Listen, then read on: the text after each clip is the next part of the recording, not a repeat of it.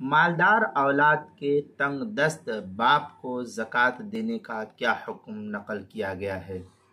चुनांचे अगर कोई बाप फ़कीर और मुहताज ज़रूरतमंद हो और उसकी औलाद मालदार और साहिब निसाब हो, ऐसा बेशुमार होता है कि बाप गरीब है बेटा मालदार है, या बेटा मालदार है बाप गरीब है, ऐसा बेशुमार होता है और हो भी रहा है। ये निज़ाम आलम है।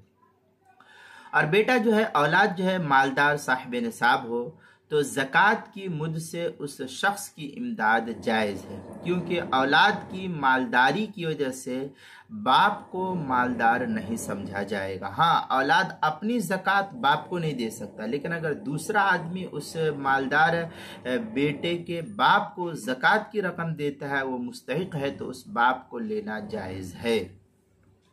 क्योंकि बाप बेटे का मालदार होना ये बाप के हक में नहीं है और बाप का मालदार होना बेटे के हक में नहीं है। अगर यहाँ बाप मालदार है उसके बेटे को दे तो ये भी जायज़ है, और बेटा मालदार है बाप गरीब है तो बाप को दे तो ये भी, दोनों तरफ से ये जायज़ है। लेकिन ये एक दूसरे की ज़कात आपस में एक दूसरे को नहीं दे सकते कि बाप की ज़कात बेटे को दे दे और बेटे की ज़कात बाप को दे दे, तो ये जायज़ नहीं है। फतावा हिंदिया में है वयजूज़ सरफ़ुहा इलल अबिल मूसिर व इनकाना इब्नहु मूसिरन।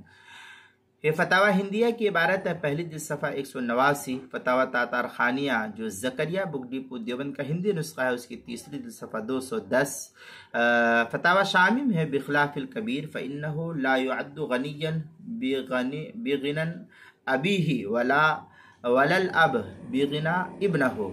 ये फतावा शामी जो बैरूत का छपा हुआ नुस्खा है उसकी तीसरी जिल्द सफ़ा 270, किताबुल मसाइल उसकी दूसरी जिल्द सफ़ा 261 पर इसको नकल किया गया है, वहाँ देख सकते हैं।